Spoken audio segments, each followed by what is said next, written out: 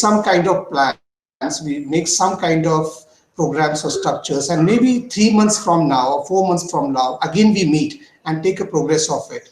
Or maybe even individually also we can have some dialogues in later stages after this particular workshop. So this is more of an hand-holding exercise we do for each other, and collectively we put together kind of a work and try and see to it that like-minded people come together, cross-discipline people come together, and have a kind of complementary skill sets in research, so that collectively or together they can generate some good papers, good writings for the impact factor journals. So this is the idea to work together, idea to bring in more originality into your work, and idea to bring in that originality into your teaching later on. This is how you enrich your experiences as an academician, I believe.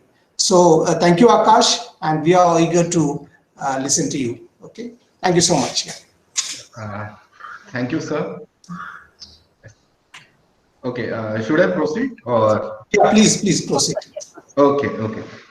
Thank you, sir. Thank you, Gurmeet Kormap. And it's really a privilege to be back amongst the faculty members of Savitribai Phule Pune University. I am a product of SPPU, and I have also taught in Indira Group of Institutes for 9 long years. And over the years, whatever I have accumulated in terms of knowledge, or over the years, whatever I have learned through my PhD or the international exposure. So I'm just going to try to share those experiences with you. So my apologies for the electricity. So the power may go down, but we'll continue. So the power may come back. So it's back again. So it's like this is how it is in Jammu. So apologies for that. So I will be sharing my screen and we'll be going through certain aspects of research and what are the particular aspects which we focus on during publications. It's why we are trying to publish. First of all, we'll try to understand why do we publish, and then we will look at where to publish the papers. We'll also look at what are the prime reasons for rejections for the journals, or why journals are rejecting our papers, and what the journals are actually looking for. And then I will just touch upon a small base onto how you can approach research and how you can move ahead into that direction. So I will just share my presentation and then we'll begin.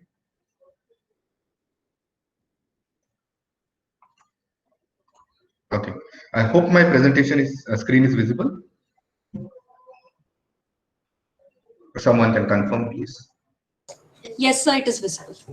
Okay, yeah, thank you so much. Yeah, thank you.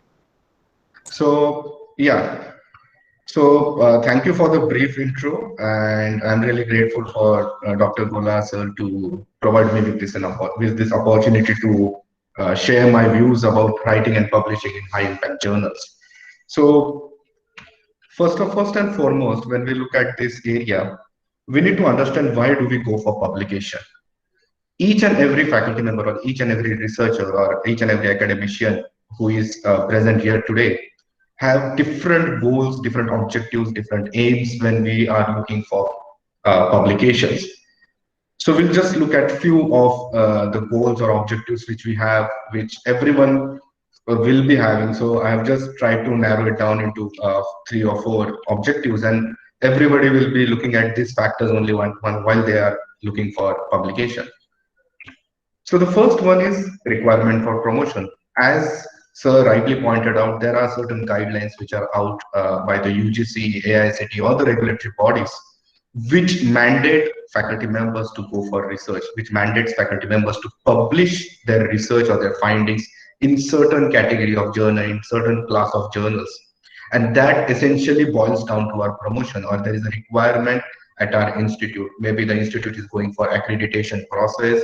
Maybe the institute wants to apply for some funding, some research grant, or it's plain and simple, your promotion or increment directly depends upon the publications or research which you carry out. So this can be the first objective. Second can be to get a reward or award. So this is something beyond the promotion aspect. So it can be, we can say that there is certain increment which is promised for us, or there are incentives if we are publishing research. So many institutions, even Indian Institute of Management, Jammu, we have an incentive policy. If we are able to publish research, if we are able to publish impactful research, then we are being incentivized by the institution. And this is the way it is. Even If we talk about institutions like Symbiosis International in Pune, they also have an incentive policy. So this can be an objective to earn something extra, to earn something in cash or in kind. The third one can be to be recognized. So you want to be recognized at a national stage or an international stage as a thorough researcher, as a person who is doing groundbreaking or path-breaking research and who is contributing to the field of knowledge. So that recognition is something which is driving you towards this goal of publishing your research. Or the final one would be to disseminate the knowledge. So you are doing it for the larger good. You are doing it for the worldview which is present in front of you. You want the world to understand what nuances are there in your area, what new things are happening in your area, what changes are occurring into your area, and you want to disseminate this knowledge amongst the larger peers. So that's why you go for research and publications. So largely enough, these are the four objectives or aims why we do research. It's either a requirement, or it's for some incentives, or it's for recognition, or it's to do a larger good for the world. Now we'll quickly move on to where to publish. Means we have understood why do we publish. So let's accept this fact that these are the four objectives why we are trying to publish. There might be few other objectives, few other goals for individuals, other individuals, and they might be going for publication based upon that. But now the important question is, as Sir rightly mentioned, that we all somewhere down the line are researchers. We might have completed our doctorate degrees or our MPhils, or we might be pursuing our doctorate degree. So we are doing research. We are trying to find something which is present in the market, find something which is bothering us, and try to answer those questions. So once we are trying to answer certain questions, we need to understand where we are supposed to publish. Now today, with the new guidelines which have come in place, like UGC CARE guidelines, UGC CARE has categorically said there are certain journals you can go for, there are certain journals you cannot go for. We also look at the UGC CARE website and we'll try to see which journals and which journals we can go for and which journals we should avoid completely, and what are certain nuances when it comes to what we can say gauging the authenticity of a journal or of a website, whether that journal is authentic or not. So in this, we can publish first and foremost as a book chapter. So there are a lot of call for chapters into the research area, into the research fraternity. We get emails, we get call for chapters. We have a publishing house by the name IGI. So IGI usually has got a lot of call for chapters. So these are book chapters. Second, we can publish our research in conference. So we work on something, we go to a conference, we present our findings in the conference, then we have a choice whether to publish our work in the conference proceedings. Now, this conference proceedings can be indexed in some or the other indexing agency, or it can bear a ISBN number. So it can be published as a book. So a reputed publisher will come into picture, and those guys will publish our conference proceedings. Third one is we can publish in non-indexed journals. So there are two categories of journals. So right now, let's make it clear. There are non-indexed journals and there are indexed journals. And the final one is indexed journals. So we'll look at what are non-indexed journals and indexed journals subsequently. So as we move from bottom to top, from book chapter to indexed journals, the level of difficulty also increases. Publishing in a book chapter, publishing in a conference proceeding or a non-indexed journal is comparatively easier than publishing into an indexed journal.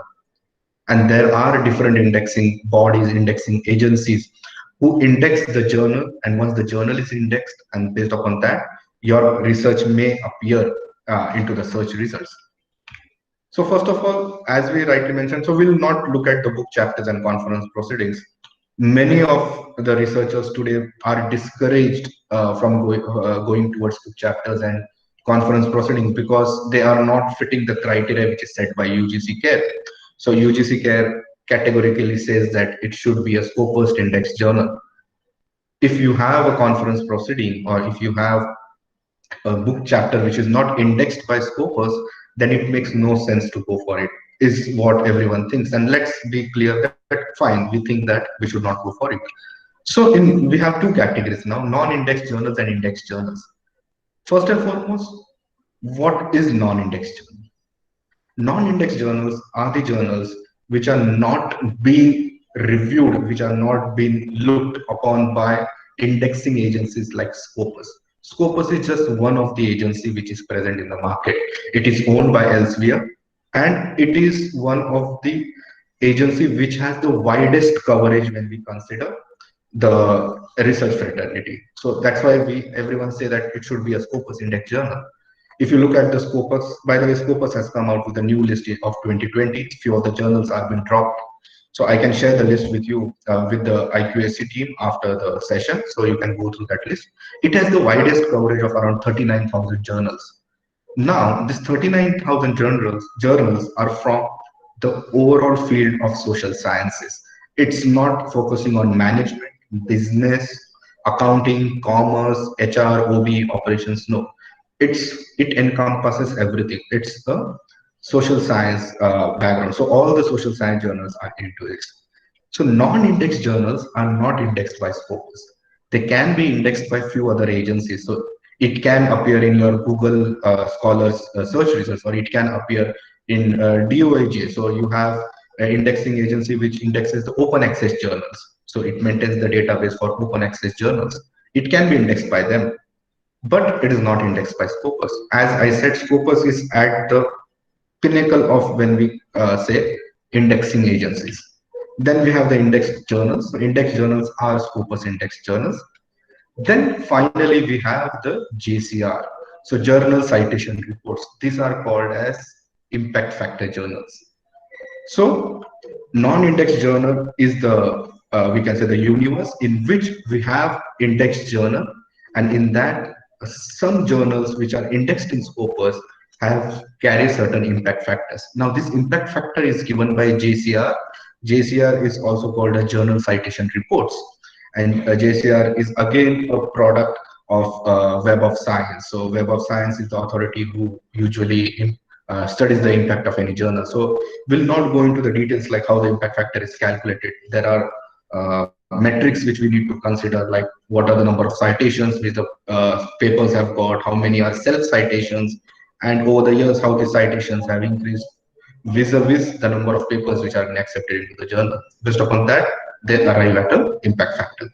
So this is prima facie what a non-index and index journal looks like. We as researchers or we as academicians, we need to focus only on index journal. Let's not look at non-index journals. Let's not look at non-index journal. There are, so mind you, there are certain non-index journals which are present in UGC care list. So it's not like each and every journal which is there in UGC care list is indexed with Scopus. No, there are non-index journals. But right now I would like to suggest you, let's not look at non-index journals. Let's focus only on index journals, and that too having a Scopus index. So what is Scopus index? What they do? So Scopus is an abstract and citation indexing database of peer-reviewed literature, scientific journals, books, and conference proceedings owned by Elsevier publishing firm. In addition to meeting these requirements for initial indexing, the journals are re-evaluated each year and must demonstrate that they still meet the requirement. That's why if you go on to Scopus website, or if you try to download the Scopus list of 2020, there are few journals which have been removed from this list. So Scopus is a body which indexes various peer-reviewed journals, but they add and delete certain journals based upon the rigor, the academic rigor or the research rigor which is present into them. If they find that certain journals are not worthy of staying in this indexing, they have been dropped in the next year. So that's why once you are on the Elsevier Scopus website trying to search through different journals, you will find the years with Scopus. So it's been indexed from 2000 to 2019. And in 2019, it's discontinued. So 20, if you are published in that journal in 2020, it is not Scopus index. So you cannot claim that it was a Scopus index journal. So this is what Scopus is prima facie. Now, as I mentioned, Scopus is what we can say the epitome or the pinnacle of what indexing agencies is. There are certain lists which are present. Now, I assume the participants today are from commerce and management background. So you might be somewhere overlapping between business administration management and commerce, and even the department of our department in SPPU is now commerce and management. So we are working together, and we are as a department as well at the university level. So there are certain lists which have certain journals in management field. If you are able to publish into those journals, then it provides you greater visibility. It provides better impact compared to the other journals like just Scopus Index journals. So now we'll just quickly look at the list, and I will just give you a brief detail about what these lists are. And I will try to share the list as well with the IQAC. They can distribute the material to everyone later on. So in the area of management, we have something called as classification of journals. So there are five primary lists which we need to consider while we are trying to publish. So we are not just looking at Scopus. So Scopus has 39,000 journals. You are doing a research and you are trying to publish in Scopus journal, Scopus Index journal. It's great. You can definitely start with that. But slowly and steadily, as you are continuing in the research area, you need to increase the rigor, research rigor, and you need to try to qualify yourself for this five lists. So the first list is known as ABS UK, so Chartered Association of Business Schools. So they have four categories of journals: ABS 4, 3, 2, 1. The importance of these journals reduces from top to bottom. So ABS 4 is the highest quality and ABS 1 is the lowest quality. So 4 is the best journal you can go for. Similarly, we have the Center for National Scientific and National Center for Scientific Research France, CNRS. So in this, rank 1 is the best journal which is possible, and rank 4 is the least possible journal.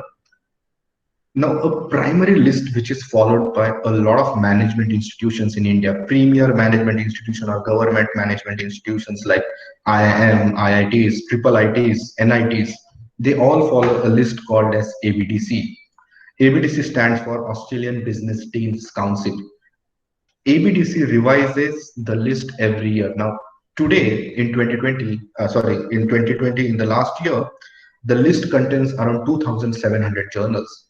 These 2,700 journals are categorized into four categories. You have the A star, A, B, and C. So A star and A, these two journals are known for the theory development which happens.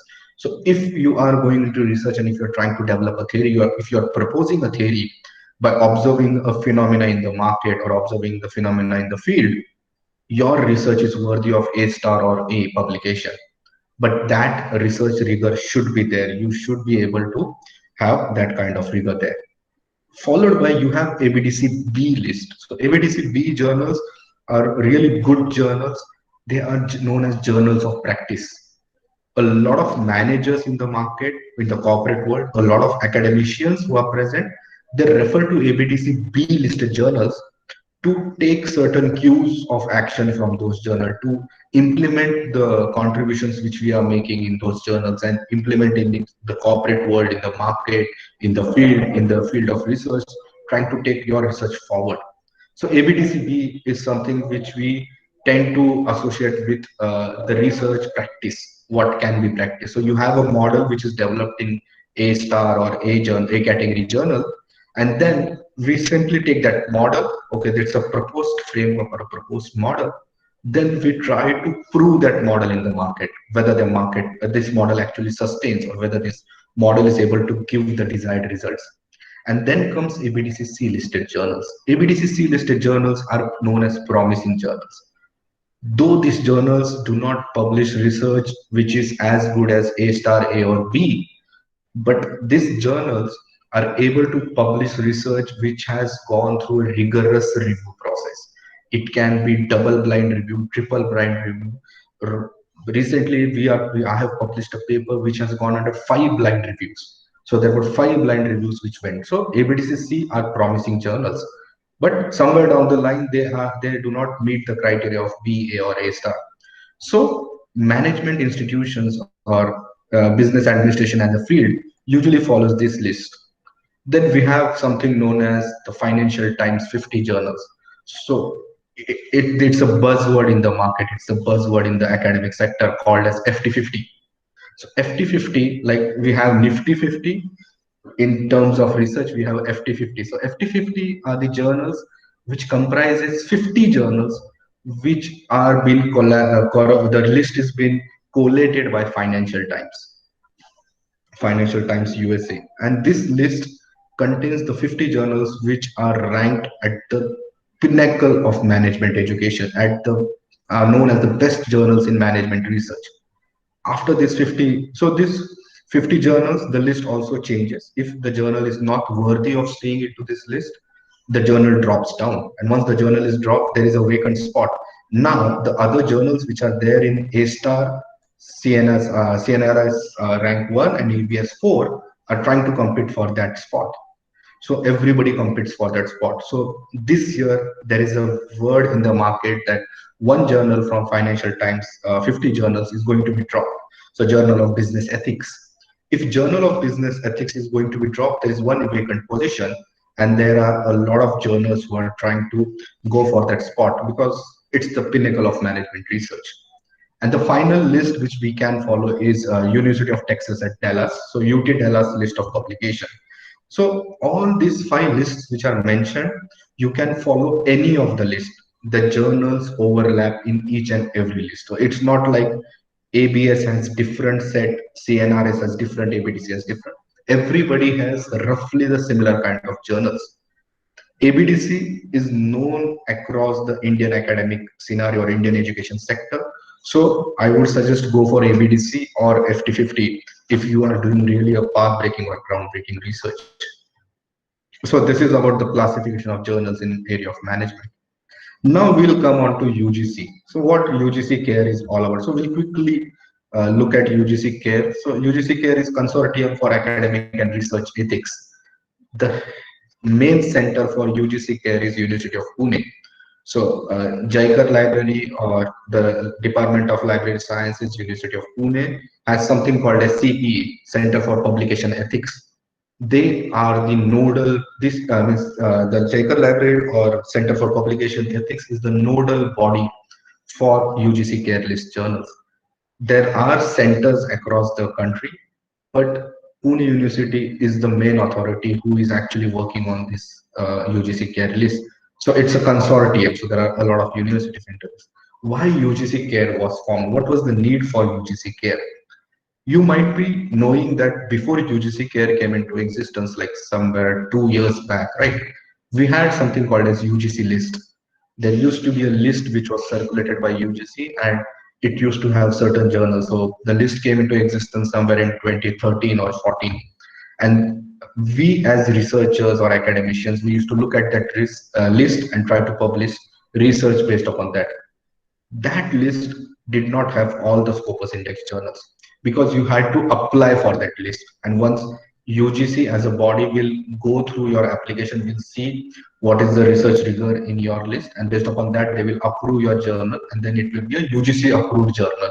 So that time we used to call the journals which were the UGC approved journals. Somewhere down the line, UGC saw that there are certain predatory journals who are making inroads into it. Journals are trying to be smart enough to enter this list and try to siphon off the money from academicians and researchers and then publish their research into predatory journals. So we call them as not fake journals, but predatory journals. Then UGC came up with this CARE. So this consortium has 5 objectives which are listed down here. So the 5 objectives go like to promote quality research, academic integrity, and publication ethics in Indian universities. So this list is valid only for Indian universities. If you are applying for a university abroad, maybe for research or postdoctoral work, short-term, long-term research, or as a faculty member, you cannot claim that you have publication in UGC CARE because it is only for Indian universities. To promote high quality publications in reputed journals that would help in achieving higher global ranks. So the second objective is pretty clear why we need to do research, so that the overall face of Indian education, all the universities, all the institutions go for accreditation, go for rankings, maybe improve their NIRF ranking and try to achieve something which they had dreamt of earlier. So this is a list which will promote high quality publication. To develop an approach and methodology for identification of good quality journals. So you need to see that which are the good quality journals which are present in the research area and publish in those area only. To prevent publication in predatory, dubious, substandard journals which reflect adversely and tarnish the image of Indian academia. So this was just the objective which was there in UGC CARE. But 1 year back, they have started acting on this objective. They have started taking action or legal action, penal action against the journals which are predatory and dubious in nature. To create and maintain a UGC CARE reference list of quality journals for all academic purposes. So as we know it, it's called as the UGC CARE list. Now we'll just look at a screenshot of, so before looking at the screenshot, there are two categories which are there, or two groups which are there in UGC CARE list. The first group is journals found qualified through UGC CARE protocols, UGC CARE list group 1, and the second one is journals indexed in globally recognized databases. So which database UGC is considering? UGC is considering Scopus database. And whatever journals are indexed in Scopus are available or are considered as UGC CARE listed journals. So this is just a window which is there. So I've just taken a screenshot how a UGC CARE website looks like. If you have not created an account on UGC CARE's website, go ahead and create an account. So you need to create an account so that's to access this list. Once you are able to access this, you need not look for whether the journal is in UGC CARE or not. You can simply download the list either from here. So either from here or either from here. So once you click on the link, which is group 2, you will be directed or redirected towards the Scopus link. And these are the journals which are being, you need to submit your application to UGC CARE and they will review your application and then your journal will go to this. Now, there is an alert which was not there earlier and which is formed now.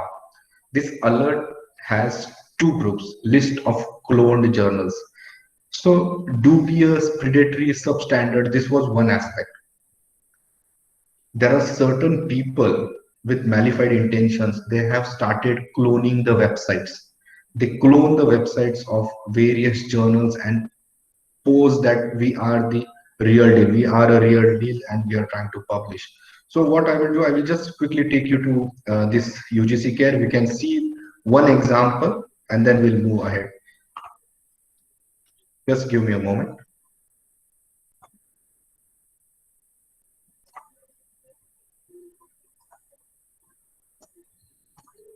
Okay. So this is how the website looks like, right? So this is the website when we look at UGC CARE. So we have a list here, list of clone journals, group 1 and group 2. So once we click on group 2, it takes us to a new page wherein the original journal which is included in the UGC CARE list and the cloned journal is shown.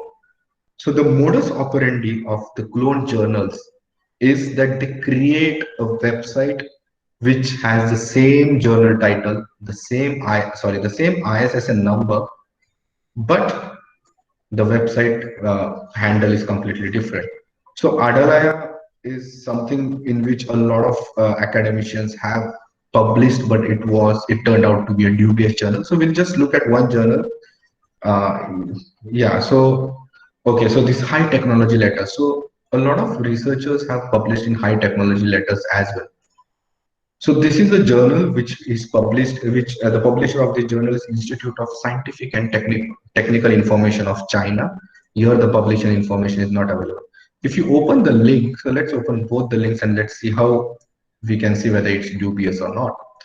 So this is the high technology letters original website. So majority of content is in Chinese because it's a Chinese journal. And we have the abstract. So the latest issue is from 2020. So we have the 4th issue of volume 26. So people have published, there are only 1 or 2. So there is only one paper which was published here, one paper which was published here. So all the paper details are given. When we look at this, the dubious website or the cloned website, this is a cloned website. So they have the same ISSN number, the same impact factor, peer-reviewed international journal. So they have almost written everything as same. They have taken the domain name of .cn. So domain names are available for as low as 49 rupees. So you can take this domain name and you can name your website anything, and based upon that you can proceed. Now what they have, what a clone journal smartly does. They provide the Scopus database active journal. So you just, if you click the Scopus database, it will take you to the Scopus page where a page where you can see the actual information of the journal. Now the actual information is seen from 1991. It was in only 1991, then 95 to 2020. But this is the actual page. So you, as a researcher, you think, okay, this is something legitimate. The name is same, the ISSN is same, so this should be a legitimate journal. And again, they are mentioning we are in the UGC care group too, but they are charging you publication charges. They will have something like you can publish in 48. You will get acceptance in 48 hours. There are 12 issues per year, so every month they have an issue which is coming out, and within 48 hours they will give you a thumbs up that your research is great and you will proceed. Just make the payment. So if they have gone to so much of length, why do they have the email ID as @gmail.com? The first thing which we as researchers should notice, that why would a journal which is indexed in Scopus, which is having a 2.7 impact factor, will have a Gmail email ID? Why did not go for their own email ID? But now journals are taking notice of this also. So they have their own email ID here as well, editor@gjstx-e.ca. So how to means be aware that which journal is good or which journal is bad. Always go into the list of clone journals. Open this list, search your journal. If you have any doubt, try to consult amongst your peers.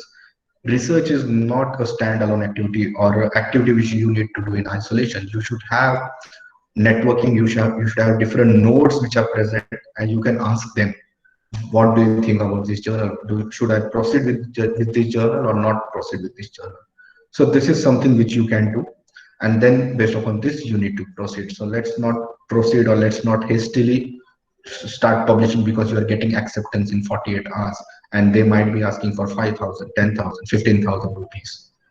No journal asks for money. There are very less journals which usually charge money for publication. Not all journals are asking for money. Just hold on, I will just present my screen. So this is about UGC list. So there are certain factors we need to consider, and every 1 year you need to connect with each other to help each other out in terms of knowing which is a dubious journal or a clone journal or a predatory journal. Now, once we understand that what journals are indexing is all about, what is a UGC care list and how to approach the UGC care list. Let's forget the group 1 list. Let's focus on your group 2, which are Scopus index journals, because those are valued much more. Now we'll try to understand why we get rejection, why people, why researchers, why editors, why reviewers reject our papers or our publications or our manuscript. So let's look at what is the scientific review process like. So once we have completed the research, we prepare the manuscript. Once the manuscript is prepared, we submit the manuscript to a journal for review. Then once the manuscript is submitted, we get assignment and review. So it has been assigned to an editor, and editor will look into it, and editor might take a decision immediately.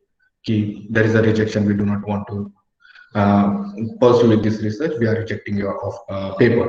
If it goes under review, you get a decision, either acceptance or revision. Once you get a revision, you need to work on the comments which are made by the reviewer. Then you need to resubmit the manuscript back to the journal. Then it will again undergo one more review process. After this review process, you will either get acceptance or a rejection. Many of the journals which are listed in Scopus or which are indexed in Scopus or listed in ABDC, they carry out 3 revision processes. So they specifically mention that if your paper is not up to the standards after 3 revisions, we will reject the paper. So they straight away reject the paper. If not, then they might accept your paper and then it can go for publication. So this is the process. Now look at the whole process and just try to see if this whole process can be done in 48 hours, in 2 days flat. It's really impossible to do this research, do this whole process in 48 hours. I am a reviewer of around 7 to 8 journals now, and it takes me 2 months. Each and every journal usually gives me 2 months for review process. I have two assignments which are there in front of me right now, and it will take me 4 months to actually review those papers and get back with the journal. Even in the IIM system as a faculty, I am only allowed to review 2 or 4 papers at the max in a year. I cannot review more papers because it takes up a lot of time. I need to understand what that research is all about, whether the contribution is adding anything significant to the knowledge body, whether the facts which are used, whether the calculations which are done are correct, whether they have used the correct techniques, whether the data which is used is not fabricated. So I need to consider a lot of aspects, and that's why it takes minimum of 2 months to review. And there are these dubious or clone journals who are ready to do it in 2 days. So that's what should be the first alarm for you. Like, let's not go for these clone journals. So now we have understood what the process looks like. Now let's look at what are the 9 common reasons for rejection. Now, if you even if you Google, you will find, just Google reasons for rejection of manuscript or research paper. You will find 5 reasons, 9 reasons, 10 reasons, 20 reasons, 25 reasons. So there are n number of reasons which are present. The list which I have prepared is based upon the reasons for rejections which are given by Wiley's. So if you look at Wiley's, or we call it as Willis Church.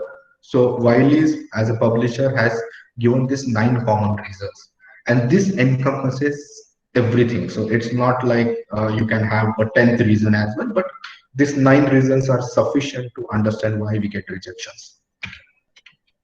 So first and foremost, nobody likes the rejection. If you have spent a lot of time and effort on your latest paper, you only have to have it turned down. It's going to hurt. Definitely. So we have put our blood and sweat into that paper. We have worked on that research for maybe a quarter or 6 months or a year. And after that, we are trying to publish. We are submitting our manuscript. And in that process, if we get a rejection, it's really a turn down. And we really feel bad that, okay, our paper is rejected. The first and foremost reason of a paper being rejected is if it fails the technical screening. Even before going to the review process, it is been rejected. This is called as a desk reject. Sorry, it is called as a desk reject. Once you submit a paper to any journal, so you submit through their online submission system, it essentially goes to the editorial team or the editorial manager or the editorial office administrative assistant, whatever the designation may be. Before the editor in chief or editor or associate editor sees the journal or the paper, the manager usually looks at the paper. What the manager looks at the paper for, first and foremost, is plagiarism or similarity or any malpractice you have done or fabrication of data which you have done. So they will look for a plagiarism. They will do a plagiarism check. Then they will try to see that. So there are certain 4 or 5 submission agencies which are there. So you have Manuscript Central, you have editorial manager, and there are few more. So there are only these 4 or 5 submission agencies. So it's really easy to see whether your journal, your paper is under review with some other journal. If so, then it will lead to a rejection. We as researchers, we think it's better to submit to 2 or 3 journals. Whichever journals gives a positive report first, we will publish it there and we will retract it from other journals. But no, you cannot do like that. It's a malpractice. It's not ethical way. So that's why if you have submitted the paper for another journal also for review, that can lead to rejection. Manuscript lacks key elements, the format and structure. Before submitting your manuscript to any journal, you need to read the author guidelines. You need to go in detail or in depth through the author guidelines so that you are able to follow all the aspects, tick mark all the aspects which are there. They have a certain format for the tables, certain format for the graphs, the diagrams, the headings which are supposed to be there, double space, single space, it should be justified or not justified, the font which is to be used, the referencing style which is there. So some journals say that we want APA, MLA, or Harvard or Chicago.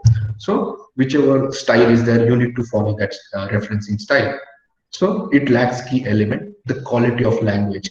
Indian researchers, get this quite often. The quality of language, as English is not our native language, we get rejections because of our language and does not conform with the journal's author guidelines. So again, the same, you are not conforming with the author guidelines.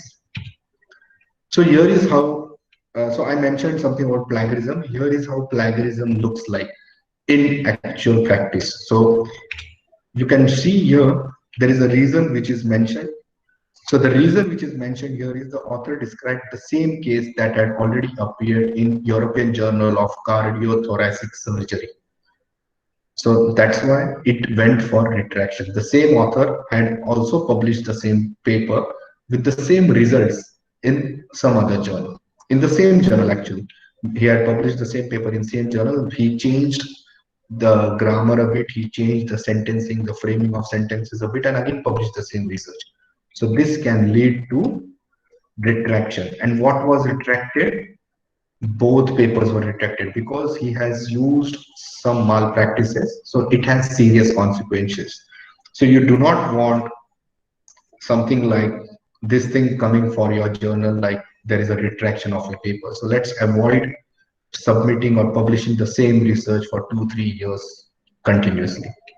One more example, here is the plagiarism. So this retraction was due to plagiarism. The authors have plagiarized part of the paper that has already appeared in Clinical Radiology. So that's why this reason is given and the paper is been retracted. So these are the consequences if you are plagiarizing your paper or your research. The second common reason is the manuscript does not fall within the journal's aim and scope. If the paper won't be of interest or value to the journal's audience, it is unlikely to be accepted. So this is one more common reason for a lot of rejections. What we as researchers do, we write paper, we do research, we write it paper, we write a manuscript, then we try to search for various journals. And then we look at which name is much suited to us. Like if I have written into a technology paper, technology acceptance model, electronic commerce research is something I need to go for, or International Journal of Human Computer Interaction is something I need to go for. So I will just directly apply or submit my manufactured manuscript to IJSCI. But the International Journal of Human Computer Interaction has their own aims and scope. If my paper is not falling in any of the aim or scope of that journal, they will immediately reject the paper. So it will go for a desk reject, not even desk reject. So it will actually pass the desk reject. It will go to the editor. Then editor will notice that, okay, this is not something the audience of our journal would want to read. So the editor will reject it. So it never went into the review stage at all. Then the research topic isn't of a great significance. It may be both that the paper findings are incremental and do not advance the field. So this is something which has plagued the research a lot. If you are unable to provide any significant contributions to the field of knowledge, your paper will be rejected, your manuscript will be rejected. You need not, I mean, you should not only focus on incremental changes. You need to focus on advancing the field of knowledge, advancing the field of research. There should be something new which you are bringing onto the table, which other academicians will look at, other researchers will look at and will try to work on this. So you need to advance. You do not need to have incremental changes, or you need to just prove, like someone did a research in European context. You took that research and you took the model, you collected the questions, you collected the sample responses from the samples, you did the analysis, and you said that in Indian context this is different. No, that does not constitute research. There is no significant contribution. Okay, so I guess, yeah, so the research is over ambitious. All encompassing research results may be difficult to interpret or may even be flawed. You try to put a lot of aspects in your research. You try to be over ambitious. You try to squeeze everything of your PhD thesis into one paper.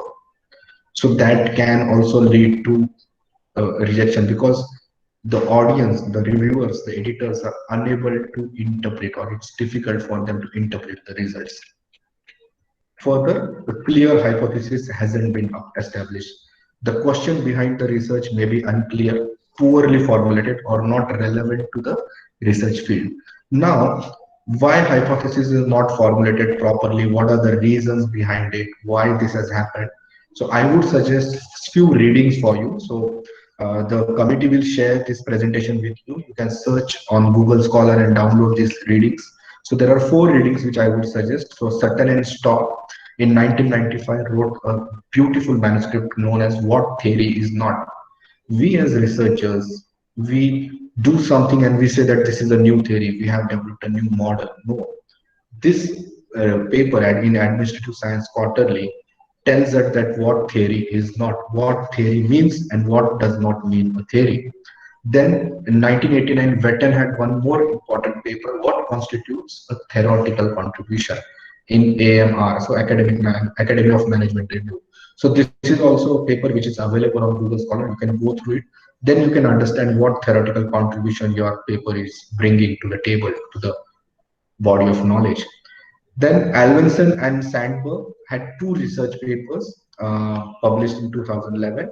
One is generating research questions through problematization, and second is ways of constructing research questions, gap spotting and problematization. So I would suggest go through these four papers, have a brisk reading of these four papers, and you will understand that where we are going wrong, where we are lacking, and which area we need to focus more on.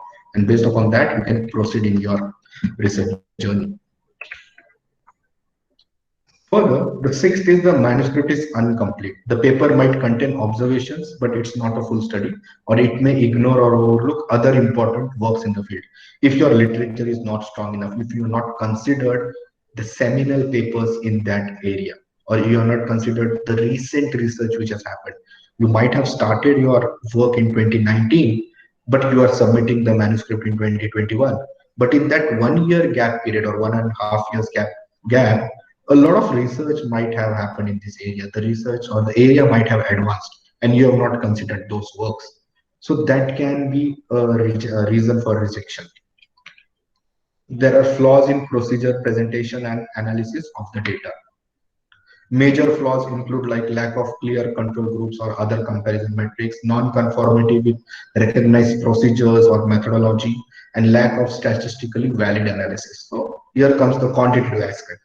The quantitative methods which you have used might not be as fluid or as lucid in terms of understanding. You might have not followed the norms which are set in place in the research methodology. So that can be the flaws which can lead towards rejection.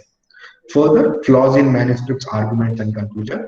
Arguments should be logical, structured, and valid, and support conclusions reached by the paper. The whole paper which you look at should be read in one go as a story. It should look like it's a story which a reader is reading or going through. And last one which we get as Indians, I said, language, writing, and spelling issues. A lot of rejections or revisions. The first sentence is, the paper needs thorough reading from a native English speaker. We are not native English speakers. That's why our language might be flawed, or there might be certain spelling issues or structuring issues of sentences. So that's why this is a common feedback which Indian researchers get, that we need to get our manuscript checked from a native English speaker. Now, these were the what we can say the reasons for rejection. Now we'll look at the attributes of a good manuscript. So a good manuscript should be concise but powerful. It should be a story, like as I mentioned. It should intrigue the attention of the reader. The reader should go through your manuscript and read all the aspects, come on to the conclusion and say that, okay, this is something which is really valuable. It is something which is adding to my knowledge, and definitely I would consider this research for whatever purposes he or she might need to. The research should be to the point, free from grammatical and stylistic errors, recognizing contribution of others. So this is very important. Here's where plagiarism comes into picture, or similarity comes into picture. You need to recognize what others have mentioned. You need to give due references or in-text citations to them. It should be technically correct. So as I mentioned, the quantitative aspects, they should be technically correct, and there should not be anything which is missing from those aspects. Now, this is one more important thing, deciding the journal for publication, which journal to go for. There are two approaches to this. Either you can aim high, go for the first tier journal like ABDC, A star or A, if you have time and temperament to write a good manuscript. If you have time, you can directly go to aim higher for the best journals which is available in your area.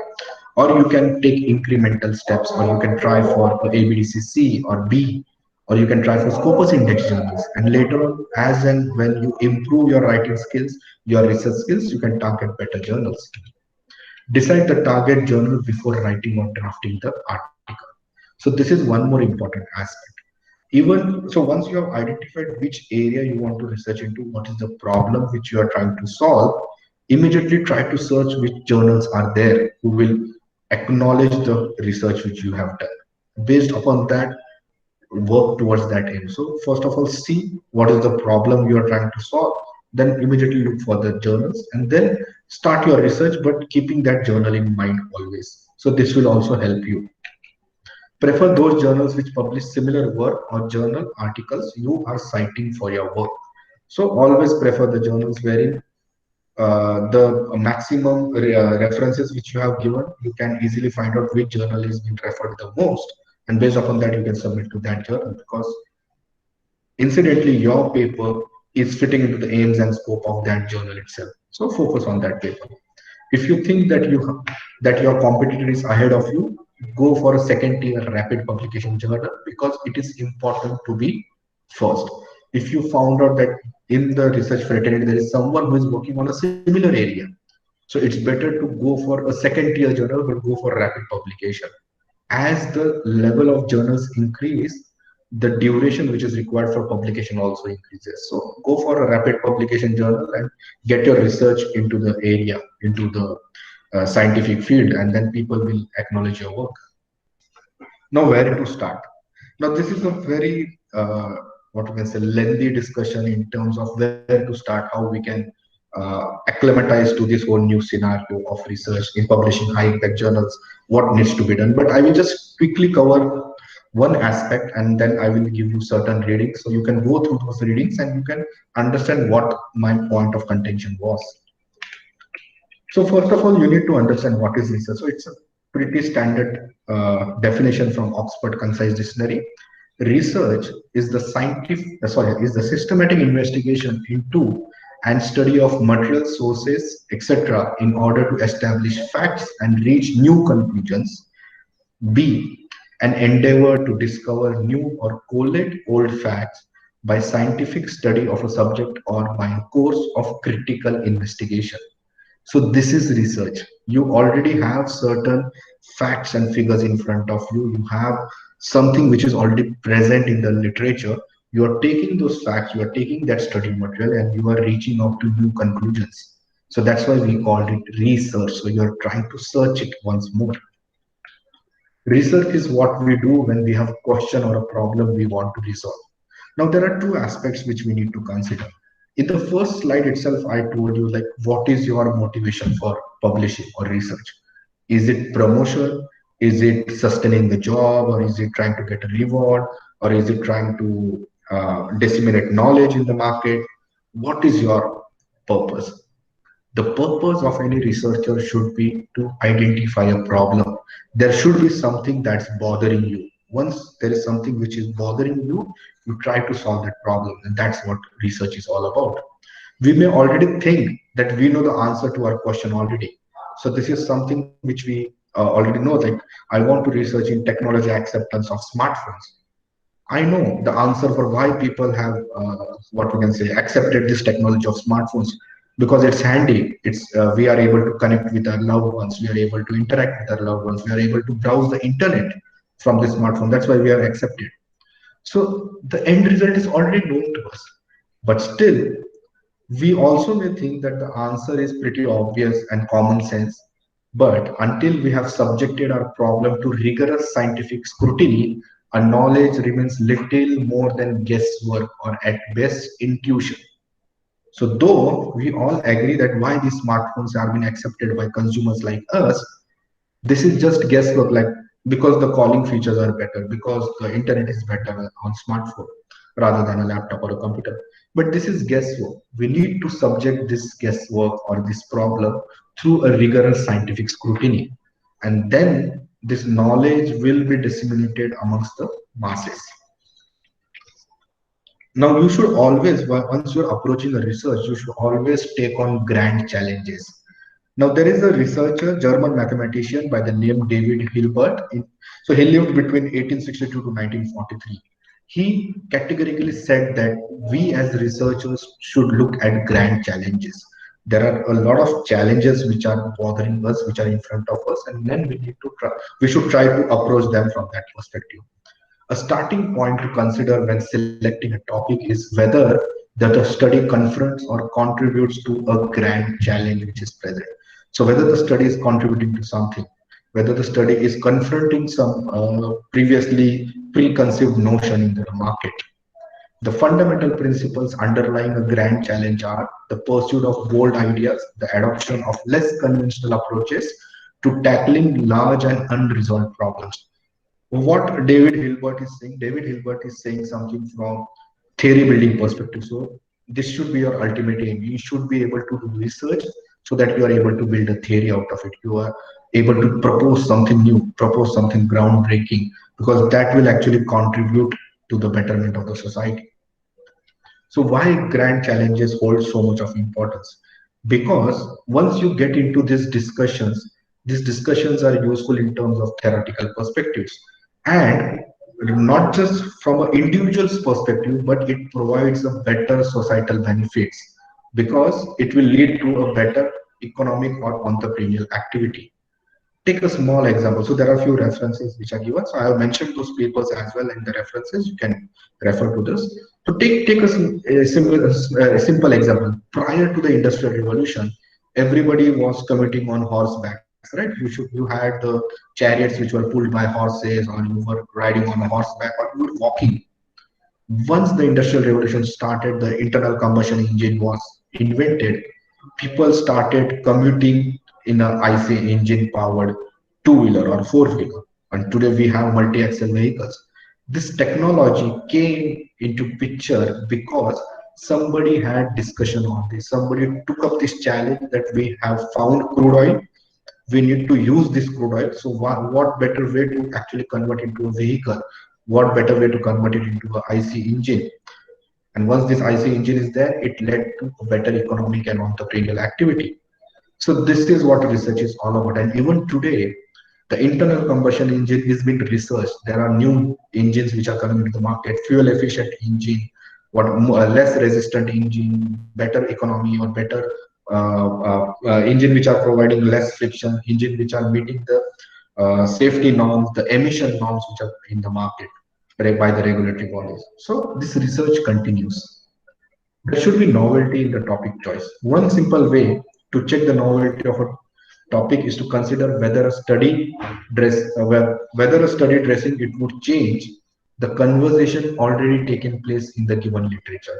So this is very good. If there is a conversation which is happening in the literature or in the research area, if you have a topic which is going to change the course of this discussion, that's the best topic to choose for. Does the study merely add to the momentum created by existing voices, or does it cause heads to turn conversation darts in an entirely new direction? Everybody was going into this direction. Suddenly you did a groundbreaking or pathbreaking research, you published it, and everybody started thinking from this direction. This is something much better. So that's the novelty of your topic. Sometimes that new direction is created by new vocabulary to the conversation in the new ideas or constructs, and sometimes that new directions result simply from new insights not articulated by prior voices. So you are actually finding out something new, something which was not considered by earlier researcher, and then you are moving into that direction. So if you have this novelty of topic choice, there are three traps which you will not fall into place. So there are three traps in research. One is the familiarity trap, the second is maturity trap, and the third is nearness trap. The familiarity trap means your research is familiar with others' work. You have simply taken someone else's work, you have changed the context, and you are researching that. So that's a familiarity trap. So let's not get into the familiarity trap. The second is, I will just take 5 more minutes and we'll stop. So the second one is the maturity trap. This area of research is already matured enough. There is a lot of literature which is available. There is nothing new to be considered unless and until you have a path-breaking or groundbreaking revelation. So it's a maturity tap, and you again are going into the same trap. The third one is nearness trap. Your research is very similar to someone else's work. Though you have changed the geographical context, though you have extended the model or the theoretical framework, but still there is a lot of nearness. You are not bringing anything new onto the table. If there is nothing new onto the table, it is not going to happen. According to Davis in 1971, topics are interesting when their proposition counters a reader's taken for granted assumptions. So what was the taken for granted assumption? Everybody uses smartphone because it has calling facility and internet facility. So it's taken for granted. Everybody knows that. That's why we use smartphones. If you are able to challenge this attitude, if you are able to challenge this proposition, it's a groundbreaking research and it's actually intrigues the mind of the reader. For example, a study focused on showing a seemingly good phenomenon to be bad would arouse curiosity because it challenges the reader's initial expectations. Something which everyone perceived to be good, if you are challenging that by showcasing that it's not good, it's bad, then readers will definitely go through it. Reader will try to read that why you are actually saying this, why you are challenging the good things. Last one is scope. Even the best topic ideas can be undermined if the resulting study is too small. Our discussion defines scope as the degree to which the landscape involved in a topic is adequately sampled in terms of relevant constructs, mechanisms, and perspectives. So there are a lot of aspects we need to consider in quantitative research.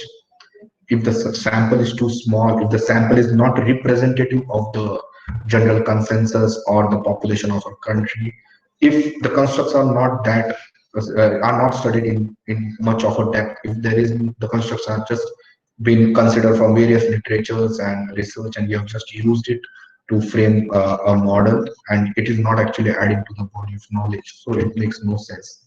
Studies cannot tackle grand challenges if they are not ambitious in scope, and casting a narrow net limits the investigation of relevant mysteries or gaps in literature. So if you are not actually trying to tackle the grand challenges, if you have a very narrow scope for your research, if the investigation is also narrow and you are unable to find the gaps which are present in the literature, so that actually, if you have a limited scope, it will not result into a better research. Now, certain insights for practice. Finally, a topic should be actionable. It should offer insights for managerial and organizational practice. Now, McGahan in 2007 states 5 major ways that management studies can be actionable.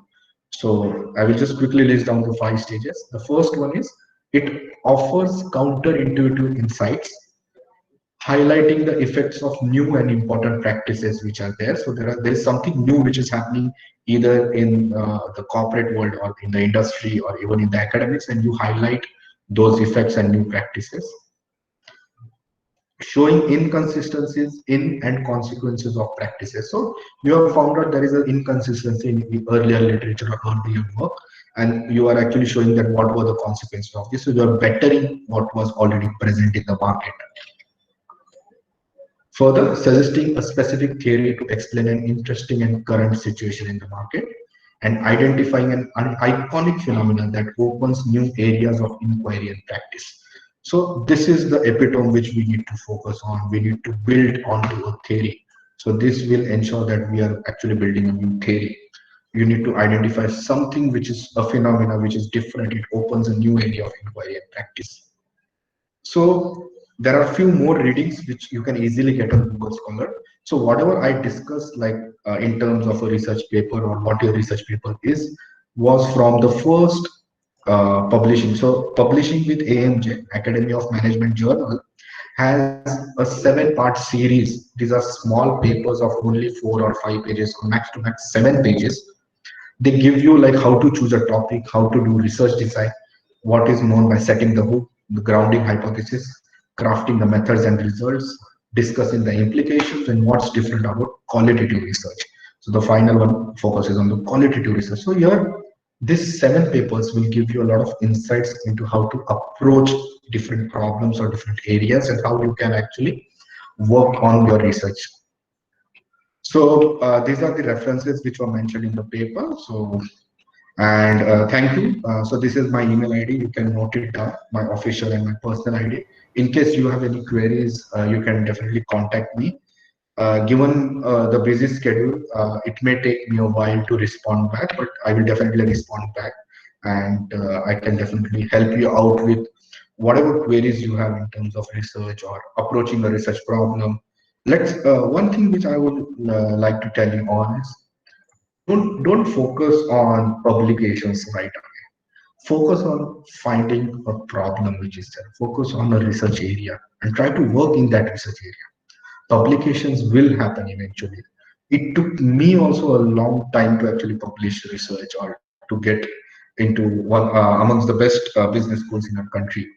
But I always focused on doing research, trying to identify certain problems, trying to solve those problems, and eventually it helps you and it helps you get where you want to go. So that's why I would always suggest that work on research, focus on publications later. If you have a good research, if you have done good work, you have translated that work into a good manuscript, there are journals which will accept it. So focus on Scopus Index journals or try to focus on ABDC list itself. All the journals which are listed in ABDC, ABS, CNRS, FT50 or UT Dallas are all Scopus Index. So those journals are definitely Scopus Index. You need not look for the Scopus list. So that's it from my side. Thank you, everyone. So if you have any questions, we can take few questions, and maybe if there are more questions, you can send those questions to me, and I shall try to answer those questions eventually. So there are certain questions in the chat. I Okay. will get them to you. Sure. Even I have this question that Ms. Rajni Das has asked. Okay. Once I had published an article in a journal which was in UGC care list, but it is no more there. So will it be counted as valid prior to it being removed from the list? Yeah, so in UGC care list, during the time of publication, if your journal was in that list, then it has been counted. If you consider the old list, the UGC list, not even the care list, old list had this thing on the UGC's website that journals, papers which are published prior this date into that journal will be counted as UGC list. Later on, it may not be counted. So this will be counted. So no doubt into that. But I would suggest you should keep a record of which journal is in UGC. So if you have published in certain journal, take a screenshot of that PDF and keep it with you as a proof that during those days it was in UGC. Okay. Participants, do we have any questions for sir? There is another question, sir. Manjita Kulkarni ma'am would like to know, are there any options for regional languages, like for Marathi or Hindi in the UGC care list? I'm actually not sure about this because, as I mentioned, I only look at the UGC Group 2, which are Scopus Index journals. So there may be few journals which are there in Group 1. So you need to actually find or go through this list one by one and try to find. So I'm not in a position because I have not researched in Marathi or Hindi yet. Okay. Participants, do we have any other questions for sir? I guess yes or no. Okay. Yeah. So, ma'am, what I will do, I will share the presentation along with the papers, few papers which I have mentioned, and the participants can actually find all the papers on Google Scholar. So I have checked; they are freely available for download. You do not require any subscription or any payment for those papers, so you can download it from there as well. But still, I will try to share those. So I have a question. Yeah.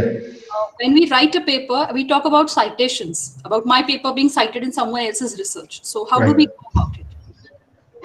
Means your paper is being cited by someone else. Someone else.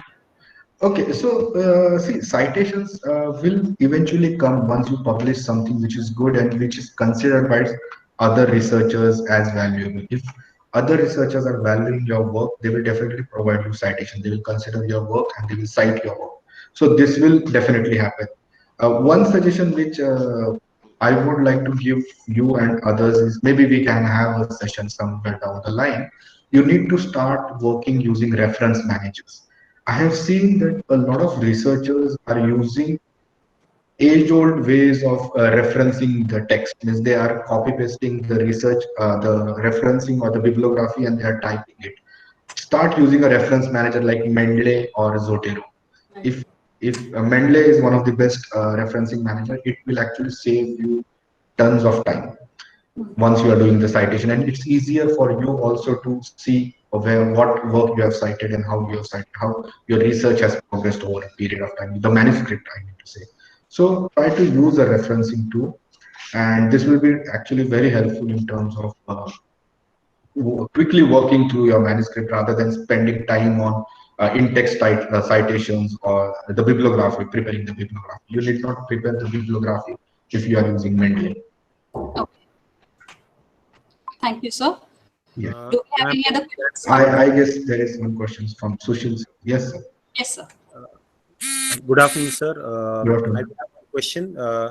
What if, suppose if I have published my paper in one journal and if that journal is not there in a UGC CARE listed journal list, can I publish the same paper next time while putting the UGC CARE journal list? No, sir. So, sir, see, this is what constitutes a malpractice. Once you have published certain work, you need to once it's been accepted, they will usually ask for a copyright form. So you are transferring the copyrights for that paper to that journal. So you cannot actually retract it. So that decision you need to take way before sending a manuscript, or even if you have send a manuscript and then you understood it's not in UGC, that time you can retract the paper. But once it is published and then again sending the paper to a UGC journal is not good practice. It's unethical. So I would suggest that we should avoid this. Thank Yeah. you. I guess, yes. Yes, Good Deva. Good afternoon. Good afternoon. A very wonderful session, sir. Thank you so much. So my question relates to the point of curiosity. You just now have briefed that curiosity can be raised through challenging good ideas, or the topic is to challenge and then it would raise curiosity. What are the other aspects that need to be considered with regards to curiosity? The point of curiosity. Okay, see what I have done, ma'am. I have just taken the curiosity idea from that work. So if you are able to read the complete work of part one, which is topic choice, it goes into much deeper of how you can intrigue the curiosity of the reader or the research area, research fraternity. What other aspects? So I completely agree. It's not possible always to develop a new theory altogether and then publish that work. We need to take incremental steps in terms of research. So once you read this article by Colquitt and George, so in 5 pages, he tells us like how to intrigue the reader who is trying to understand what you are doing in terms of research and how you can hold the attention of the researcher. So that's why you need to, as a researcher, you need to focus on something which is adding to the pool of knowledge that will hold the curiosity. Every time we cannot have a new to the world phenomena which is coming and new to the world or new to the research area, something which is path breaking. Every time we cannot do that, but we need to show or advance the field of research. That is bare minimum which we can do. We need to advance the field of research, so that also holds the curiosity or attention of the reader. Okay, sir. Thank you so much, sir. Thank you. Do we have any other questions, participants? All right. In that case, sir, I would just make an announcement. Participants are requested to fill the feedback form link, which shall be shared with you. After filling the feedback form link, an e-certificate for today's session shall be granted to the participants online. I now move on with the formal vote of thanks. Ladies and gentlemen, this program would be incomplete without expressing our gratitude to all the stakeholders. Firstly, I would like to thank our guest speaker, Dr. Akash Kamble, for this wonderful session. Indeed, a warm and heartfelt thanks, sir, on behalf of all the participants. Thank you. Next, I would like to thank our principal, Dr. Devidas Gulhar, whose vision has made this program possible. I also extend my acknowledgement towards Dr. Swapna Kolhatkar, the IQAC coordinator, and Dr. Ashwini Kulkarni, Criteria in Charge for Research, Innovation and Extension, and our PGRC department, whose efforts have been instrumental in organizing this program. Lastly, I thank all the participants for their patient listening and active participation. Thank you all. Thank you. Thank you.